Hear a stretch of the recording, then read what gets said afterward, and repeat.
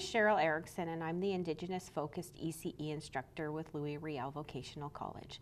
Today we're going to look at Chapter 2 in understanding children through observations and looking at observing children through a professional lens.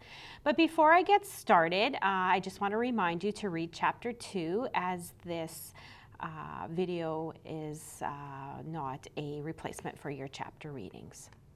So when we look at observing children, we always want to maintain our professionalism and observe children through that professional lens. So we as ECEs have a very serious responsibility to ensure that we are doing our best for the children that we're caring for. We want to ensure that we're being respectful.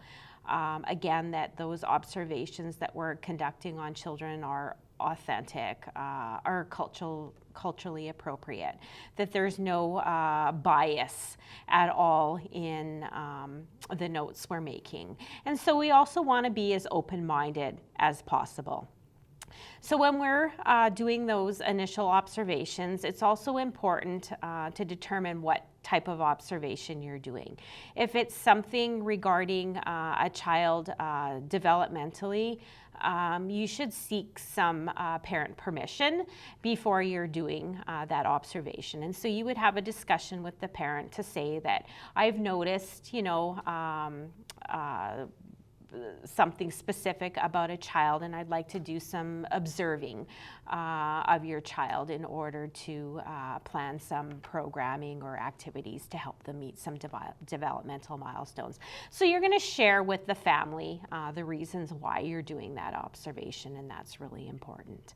And again, select that type of observation tool that you're going to use to conduct that observation on the child. So make sure within any type of observation that you're doing with children that it's dated, that you're including the times of day that you're recording those observations, the amount of time, and who it is that's observing the child.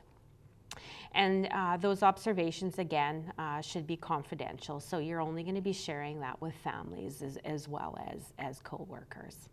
In the event that you are going to do some observing and you're looking at funding to help you with a child, so you've determined that it's something that you need additional support, you again would need to seek permission from the parent to share that information with Manitoba Early Learning Childcare, and there is some documentation tools that you're going to use for that I can share with you in class. So just to, in closing Chapter 2, there is a video that you're going to watch that talks about observing children through lenses, and in particular that professional lens where you're unbiased and it's authentic. Please take the time to watch that video. In closing, if you do have any questions regarding Chapter 2 or the video that's attached, please see your instructor, as well as check in for the handouts for this class, as well as assignments that may be pertaining to Chapter 2.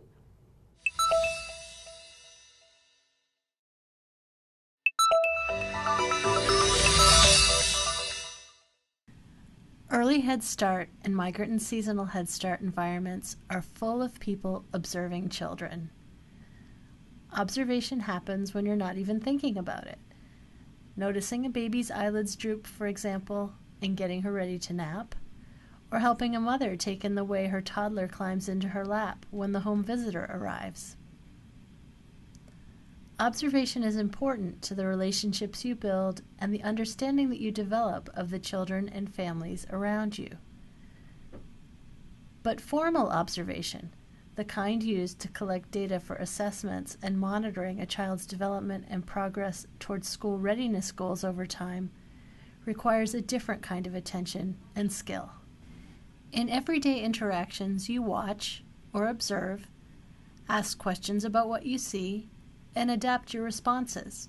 So, this baby does something, moves or acts, and first you watch, wanting to understand. And then you take in as much information as possible. and then make an educated guess. That's your interpretation about what you see. And last, you act, or not, based on your interpretation. In a formal observation, you take a break from your interactions with the child to observe. So, the baby does something, and first you watch, and then take in as much as possible. And then, ordinarily, you'd make an educated guess about what it all means. But in formal observation, you record only what you observe. Objective observation is about noting exactly what you see and hear without interpreting what that behavior means for the baby. Why is it important to be objective in formal observation? Has anyone ever told you that you wore rose-colored glasses? When they said that, they meant you were seeing things with a rosy glow that was clouding your ability to see and interpret. We all see things with different color lenses sometimes. The way you're feeling today, your temperament, even your own personal experiences can tint the way you see and interpret a baby's behavior. Consider this one. If I'm feeling grumpy and this is a mess that I'll have to clean up later, I might see an infant who's not using all her skills. Or maybe I'm fiercely independent myself. I might see a baby who's getting closer to getting everything in her mouth. Or maybe, in my family, adults carefully spoon-feed their children well into toddlerhood, so I might see here a baby who didn't get the kind of care she needed today. All different interpretations of the same baby. If I record these notes, am I describing something about the baby? Or am I really describing my own opinion about the baby? By removing interpretation and focusing on the facts, you create a much more solid picture of the skills this baby is showing you. In objective observation, it's helpful to focus on what you record in your notes. Pay attention to how you describe what you observe, being as concrete as possible. Describe behaviors and vocalizations and write down direct quotes. Describe facial expressions and gestures, but not what you think they mean about how the baby might be feeling. Avoid using adjectives like successful or happy or mad or pretty or hyper. Record what happened first and what happened next without including why you think it happened. This might be challenging at first. We asked a group to watch this new toddler, Matthew, in his family child care provider's backyard and describe what they see. Matthew wants something up that hill. Oh, he's not completely stable. He's trying to put his hand in his mouth. The dog startles him and he falls down. They describe a lot here, but these are all really interpretations of Matthew's behaviors. Let's watch again. This time, as you watch Matthew, name one behavior you see.